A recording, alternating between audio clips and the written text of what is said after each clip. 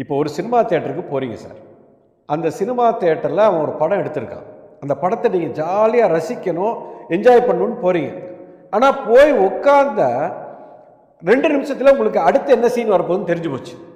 ஓ, அடுத்து இது இங்கே தானே வரப்போகிறான், அடுத்து இந்த சீன் தான் நடக்க போதா, அடுத்து இவன் அவனை அடிப்பான், அங்கே வேறு அடிச்சுவிட்டான், அடுத்து அவனை கொல்லுவான், அவனை கொண்டு விட்டான், இந்த டைலாக் பேசுவான், அந்த டைலாக் பேசிட்டான், அடுத்து வில்லன் வருவான், அடுத்து இந்த படத்தை பார்ப்பீமா? ஒரு வேலும் படத்தை பார்க்க மாட்டாங்க. அப்போ ஒரு படம் எப்போ இன்ட்ரெஸ்டிங்காக இருக்கு உங்களுக்கு?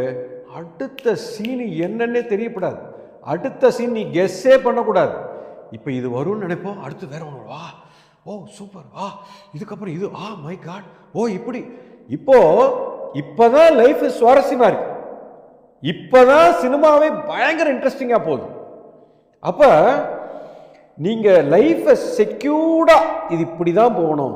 இன்றைக்கி நான் ஒரு தொழில் பண்ணுறேன், இந்த தொழிலில் காலையிலேருந்து நான் 10 மணி வரைக்கும் ஆஃபீஸில் உட்காந்துருப்பேன், எனக்கு இது மாதிரி நடக்கணும், இந்த கிளாஸுக்கு நான் போவேன், இது இப்படி நடக்கணும், இவ்வளோ பணம் எனக்கு வரணும், இப்போ மாதம் 5 லட்ச ரூபா நான் சம்பாரிச்சிட்ருக்கேன், இதே 5 லட்சம் இதே மாதிரி கஸ்டமர்ஸ் டெய்லி என் கடையில் வந்து திங்கணும், இதே மாதிரி என் ஜவுளி வியாபாரம் நடக்கணும். என்ன பைத்தியக்காரத்தனங்க, என்ன கோமாளித்தனம்!